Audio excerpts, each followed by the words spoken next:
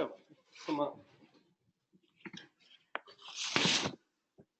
Good afternoon. Before starting, I would like to thank the ALA and the RDA Steering Committee for having invited me to speak at this conference. And with Deborah, we will face a challenge now. We have around 30 minutes to discuss about an almost never-ending issue, the treatment of serials and diachronic resources. So that's impossible, actually, but let's try.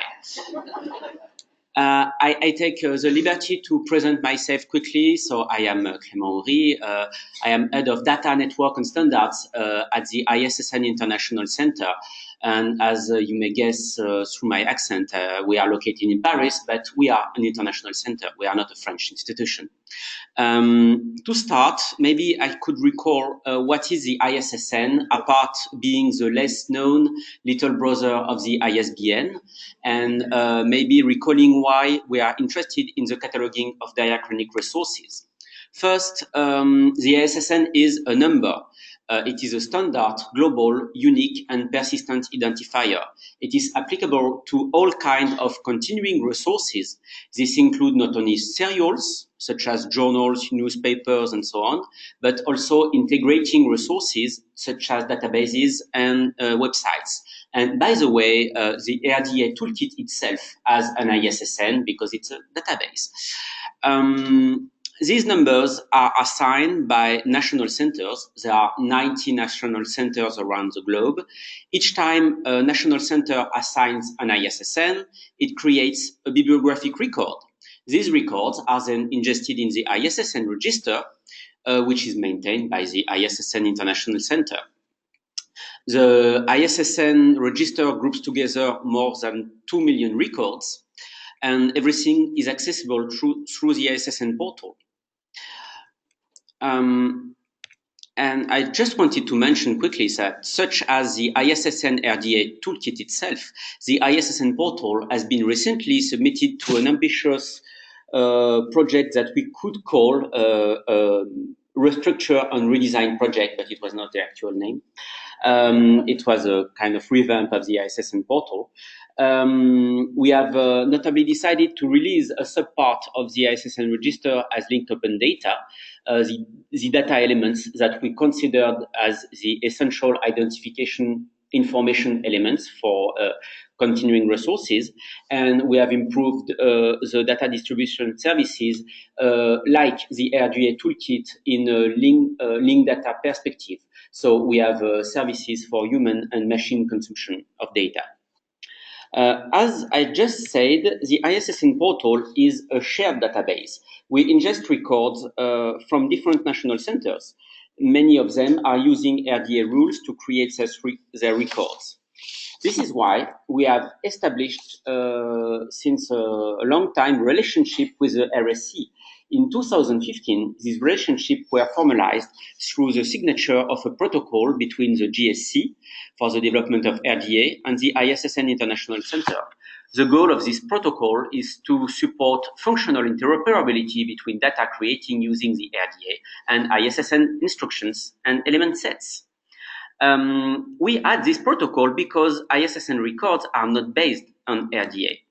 The rules to create ISSN records are stated in the ISSN manual, which is derived from the ISBD, the cataloging standard maintained by IFLA. However, we need to ingest records produced following different cataloging traditions. Therefore, we have amended the manual to avoid conflicts whenever there is a divergence between the different rules. We need to ingest records created according to RDA.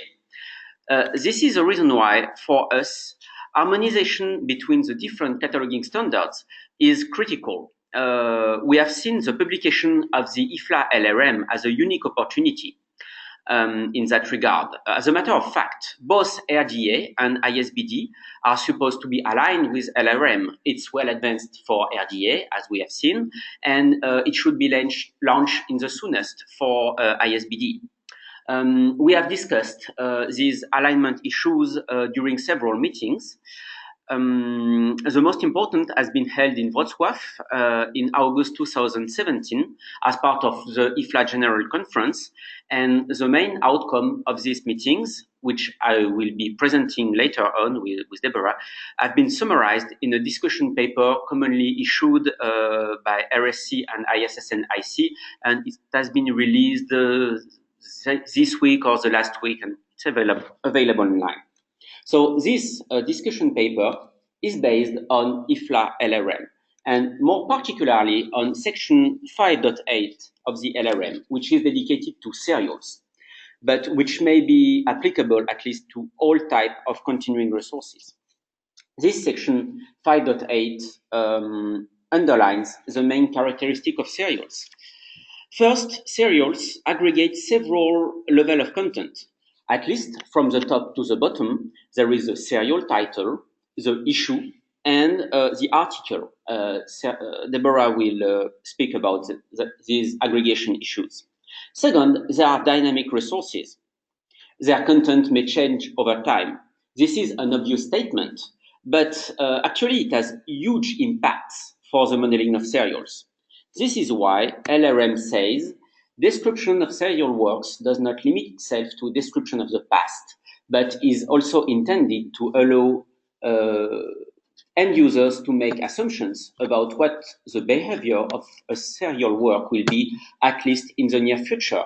So when you speak about serials, you speak about the past, but you also try to speak about the future. That's nice. As I said, these statements are significant, and we have tried to investigate their impact. For RDA, this investigation has been done by two groups. First, serials are considered aggregates. This is the reason why they were in the scope of the Aggregates Working Group. But also, serials are strange animals. This is the reason why it was deemed necessary to have a specialized ad hoc group about them. And this is the reason why the serial task force was created with representatives of RDA, but also of CONSER, the US group for serials, and the ISSN network. So what did we do? First, following a proposal from the RSC chair, these two groups have acknowledged the notion of diachronic work. A diachronic work is a work which is planned to be embodied over time. The diachronic works may be published over a limited time. In that case, they will be finite or determinate works. But if they are supposed to be published over an indefinite time, they will be indeterminate or continuing. And by the way, if they are continuing, they are entitled to have an ISSN. This is therefore a critical distinction. There is another critical distinction. The work may be successive. In that case, the content will be extended by successive addition of discrete segments, such as issues or parts. On the other hand, a work may be integrating. In that case, it will be extended by integration of new content to the whole. So these characteristics are grouped under the term extension plan. For example, a serial will be considered an indeterminate successive diachronic work, and on the other hand, a dictionary published in several volumes over time will be considered a determinate successive diachronic work. See, I'm good. These statements, well, obviously, the extension plan is a significant aspect of the work. In the former version of RDA, the seriality was an aspect of the manifestation.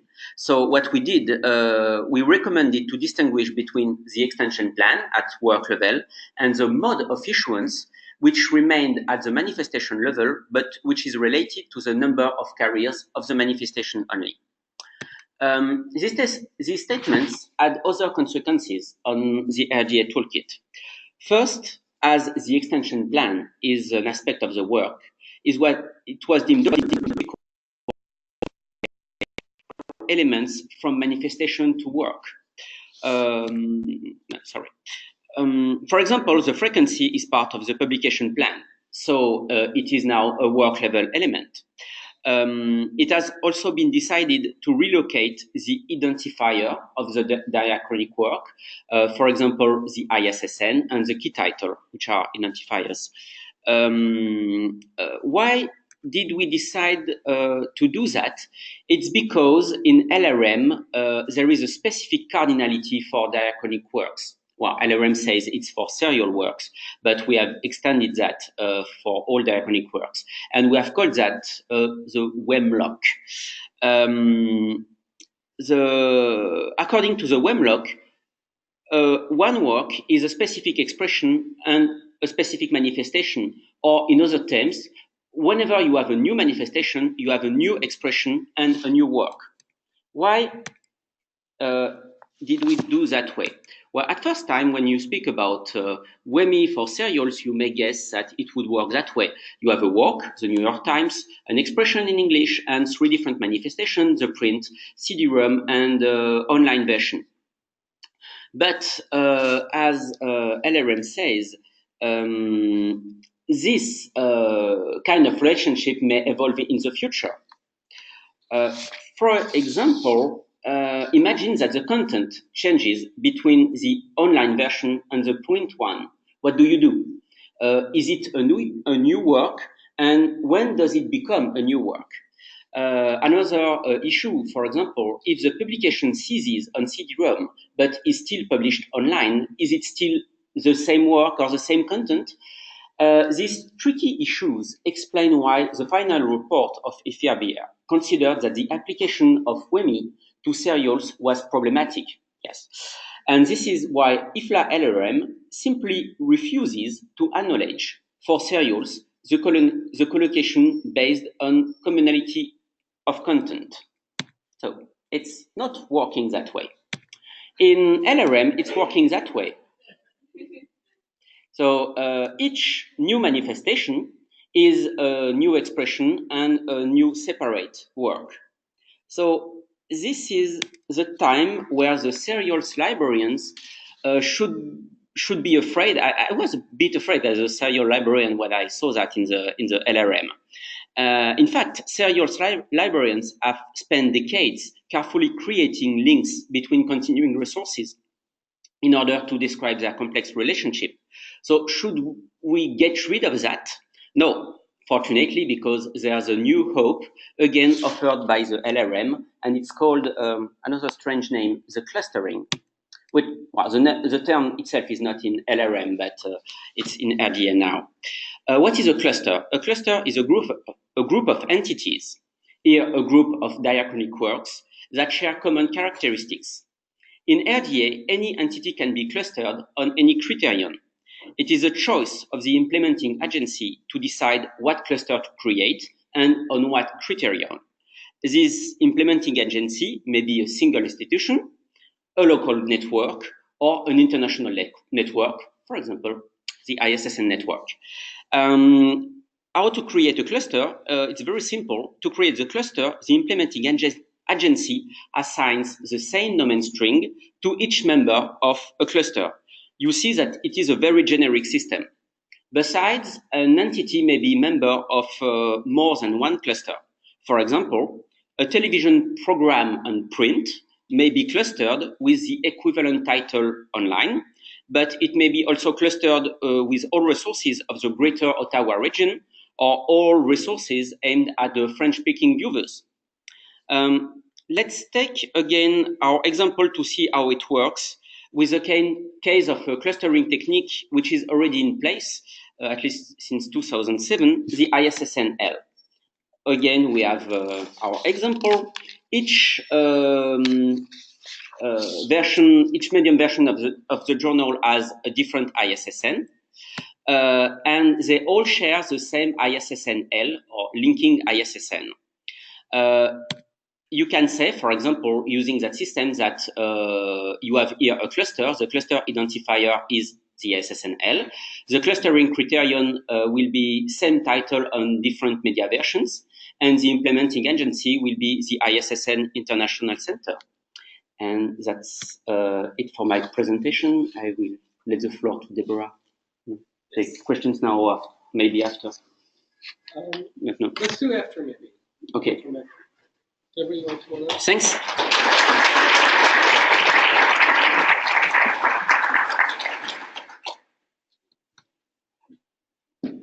I'm gonna keep the current recording going. Page 1, aggregates, of course. All right, next up is Deborah Fritz. If you don't know Deborah Fritz, you should. Thanks. Not sure how to take that, but we'll go with it. Setting a timer but I'm sure you'll remind me. Sure. Okay, I do only have 10 minutes to do this, maybe 15 if we don't have any questions, so I'm going to go very quickly, as Clement did. And it's good that he got you ready for this so that I can just follow on from this. So, Clement has explained how we're all working away on this for so long. So let's just talk about what's right now in the RDA toolkit, and I'm going to walk you through what we have in the toolkit at this point. So we have an RDA aggregate. You'd start somewhere like in the glossary. If you could go to the glossary, unfortunately the links, they're there, and when the presentation goes out, the links will work fine, but I can't take you to the glossary, so I'm just going to show you things. The definition in the glossary is an aggregate is a manifestation that embodies an aggregating work and one or more expressions of one or more works that realize the plan for aggregation. All right, so an aggregate is a manifestation, first thing. Okay, where do I go from there? Well, search again under aggregates and it'll take you to the guidance section on aggregates, which is in section aggregates and diachronic works. At that section, it explains that there are 3 types of aggregates: collection aggregates like compilations, augmentation aggregates like a novel with an introduction, and parallel aggregates like government documents in 2 different languages bound together, published together. It also has a link there at this point only to describing a manifestation that is an aggregate. Because an aggregate is a manifestation, it just goes to one link. It's possible we might be able to add a few more links there to take you to the explanations for what's in an aggregate, the aggregating works, and the aggregating and aggregated expressions. But they're all there. Some of them still need a bit more work, but they're all there. It's just how well we're going to link them up. So under the guidance section, resource description, it had to go somewhere, and that's where they put it. Describing a manifestation, we have how to describe a manifestation that is an aggregate. And mainly in there, it is a list of options and talks about whether you're going to describe the aggregating work, or you're going to describe the aggregated work, or you're going to describe both of them. Okay? This is carried over when you get to the work section. So again, under describing aggregating work, which of the works are you going to describe? In this manifestation, you've got multiple works and multiple expressions. You decide which ones you're going to describe. So these options are presented to you.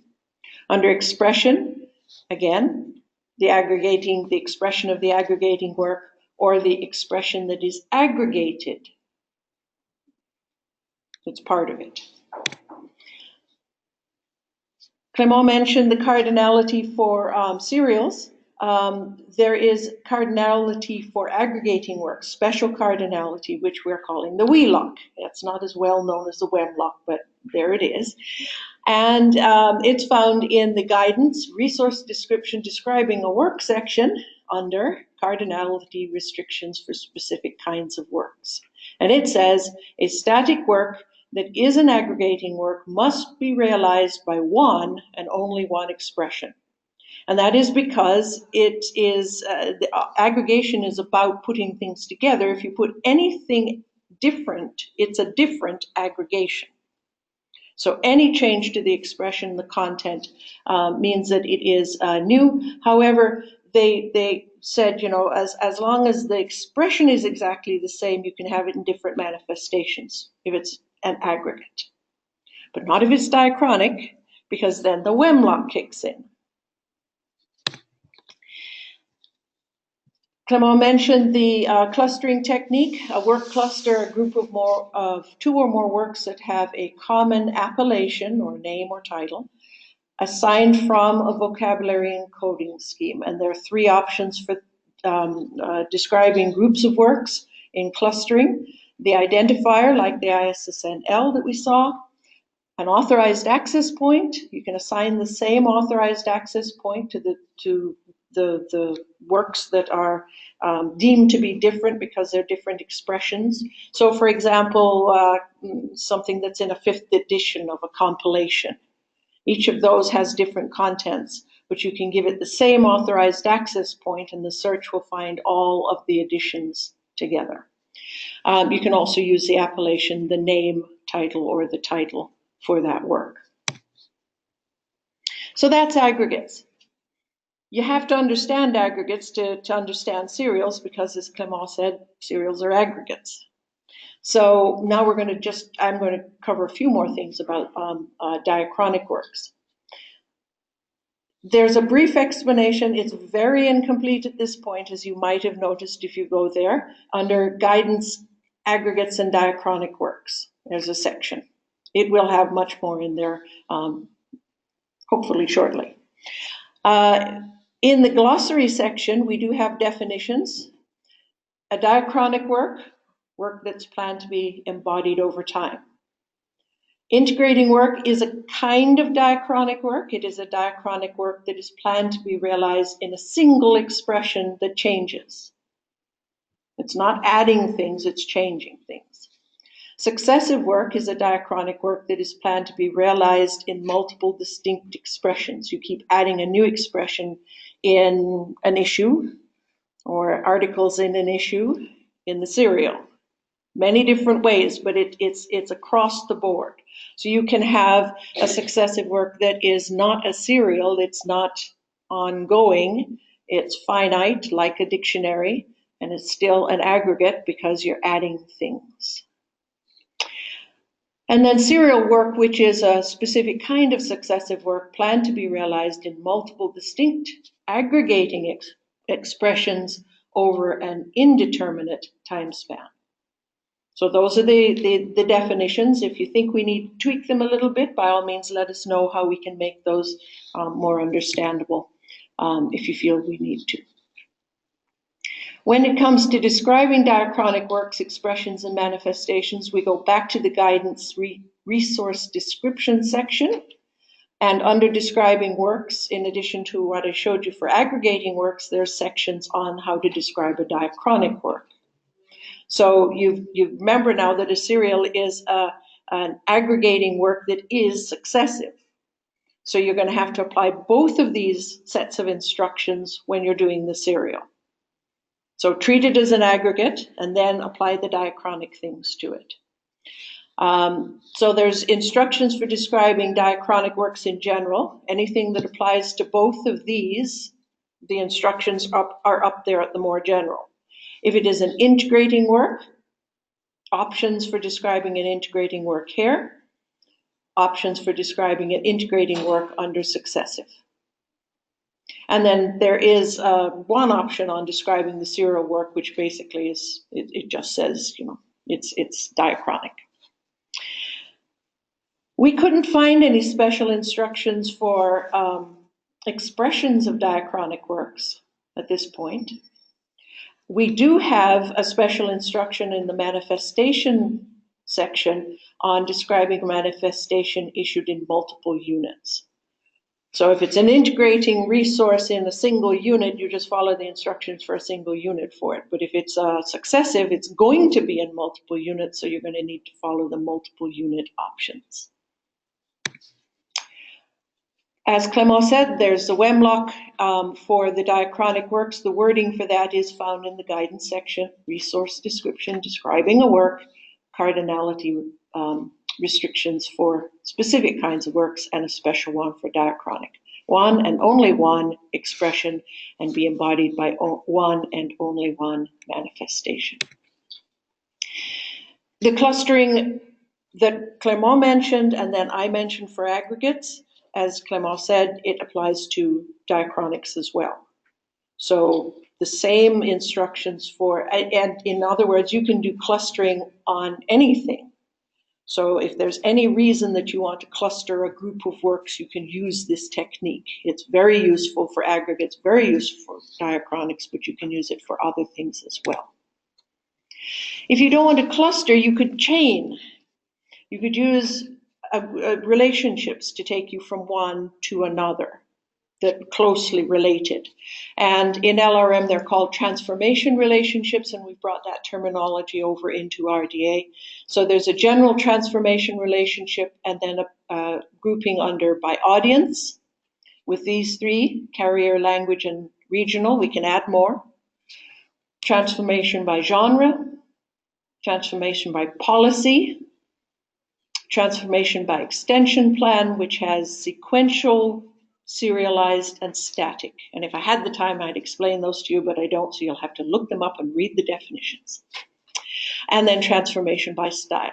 And these transformations are not restricted just to diachronics, the carrier, language, regional, and these three, sequential, serialized, and static, relate more to diachronic and static material than others, but these are general for all works. Clement mentioned that the extension plan has been added for works, and we moved frequency and key title from manifestation up to work. We also moved the ISSN. You'll notice that these two links aren't working at the moment. It's been reported. They'll be in there. The data's there. It's just not showing up. There's a new LRM relationship we had inspiration for, but they made it a little higher, so that's where it's gone up a notch. And issue and subseries have moved from being whole part relationships to being inspiration relationships. So an issue is not a part of a whole. An issue is inspired by the concept of the serial.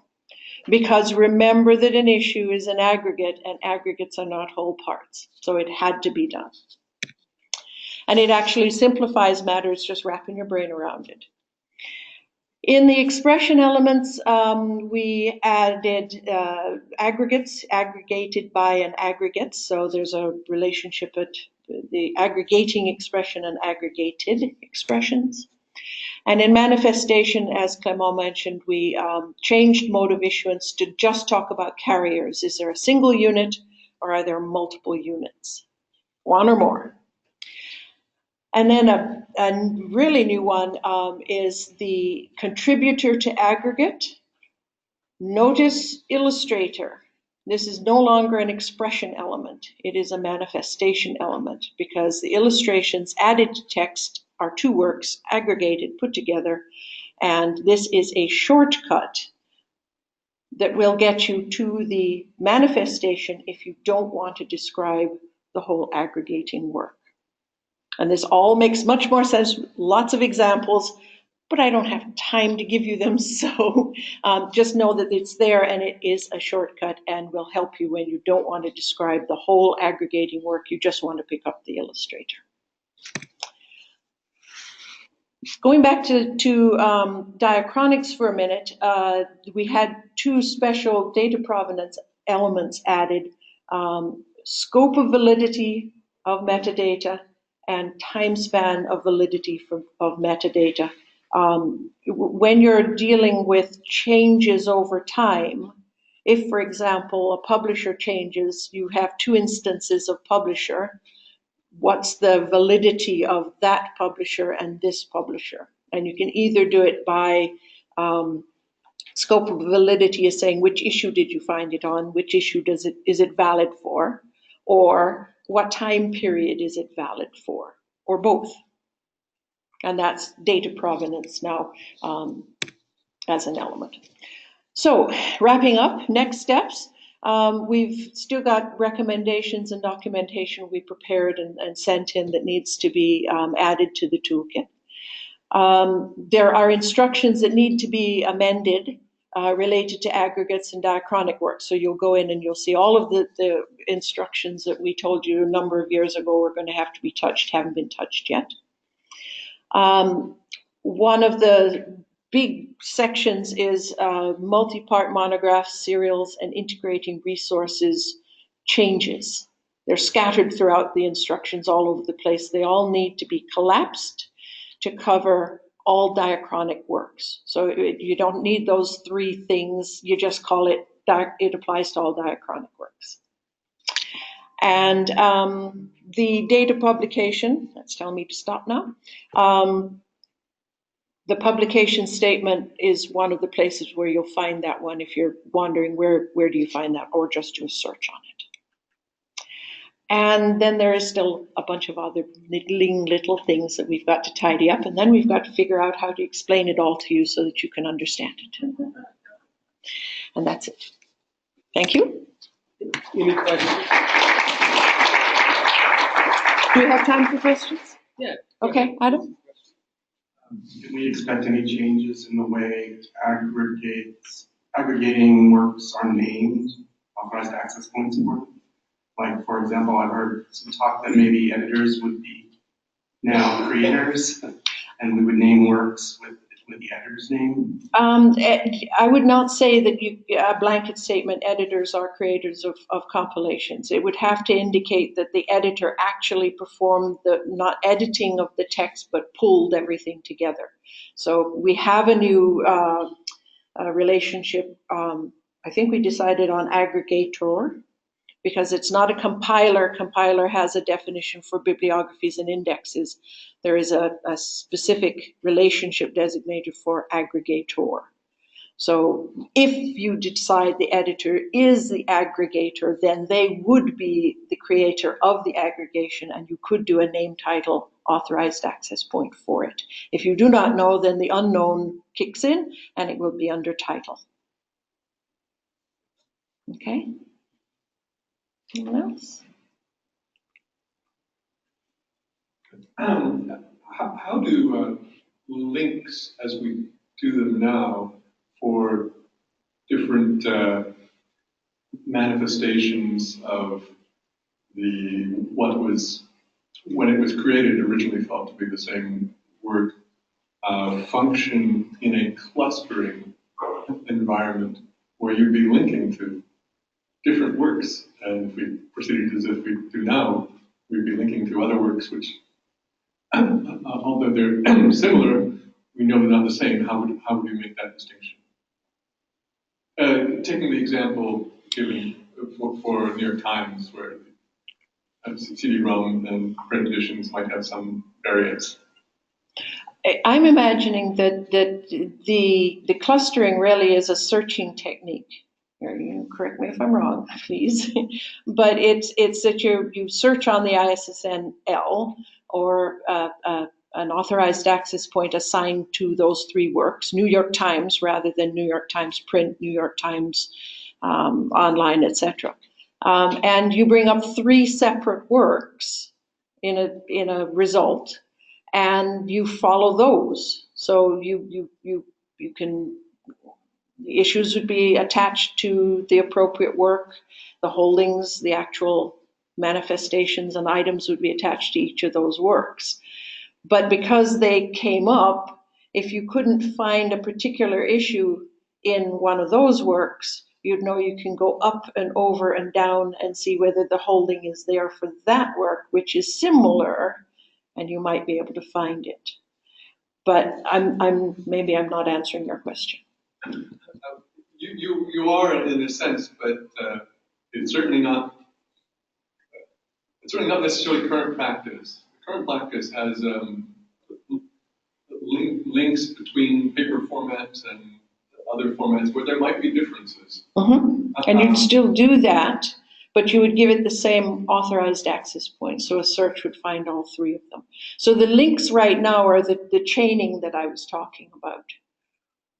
Right. Okay, so the link, such linking wouldn't be deprecated by. No, that would still be chaining, yes. Come out, you want to come out?